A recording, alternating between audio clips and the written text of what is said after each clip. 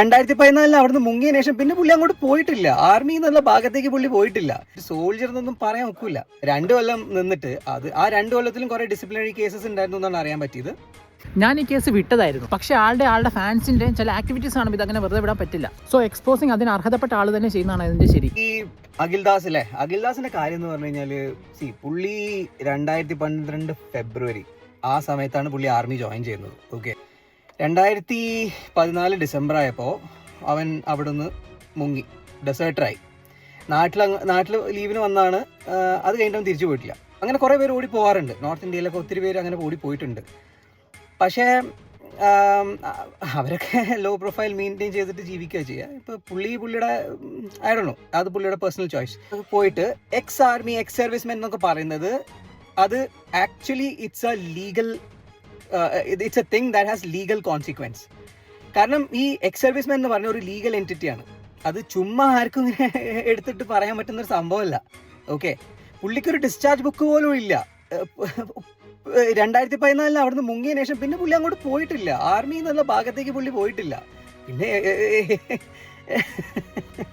എനിക്കിതൊക്കെ ആക്കുമ്പോൾ ശരിക്കും ചിരിയാണ് വരുന്നത്.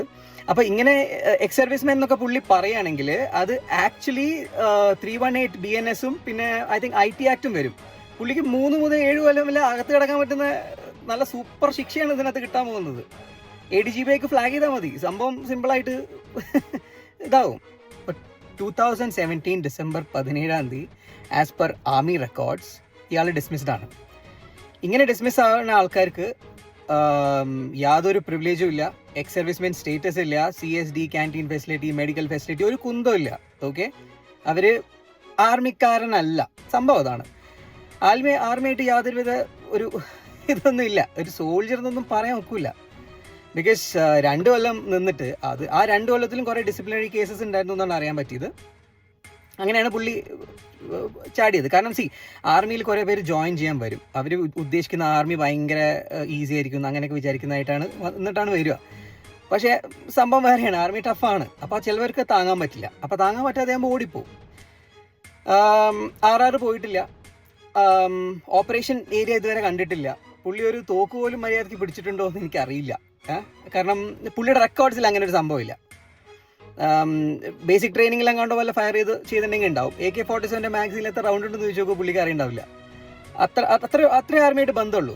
പിന്നെ പറഞ്ഞില്ലേ 8 കൊല്ലം നിന്നിട്ട് ആർമിയിൽ നിന്ന് ഞാൻ ഡിസ്ചാർജ് ചെയ്ത് മേടിച്ച് പോകുന്നു. ബിക്കോസ് കാറ്റഗറി ആയി ഓഫീസ് ഡ്യൂട്ടി ചെയ്യേണ്ടി വരും. അതുകൊണ്ട് ഒരു വാരിയർ മൈൻഡ് സെറ്റുള്ള ആൾക്ക് ഓഫീസ് ഡ്യൂട്ടി ചെയ്യാൻ പറ്റില്ല. That's all bullshit.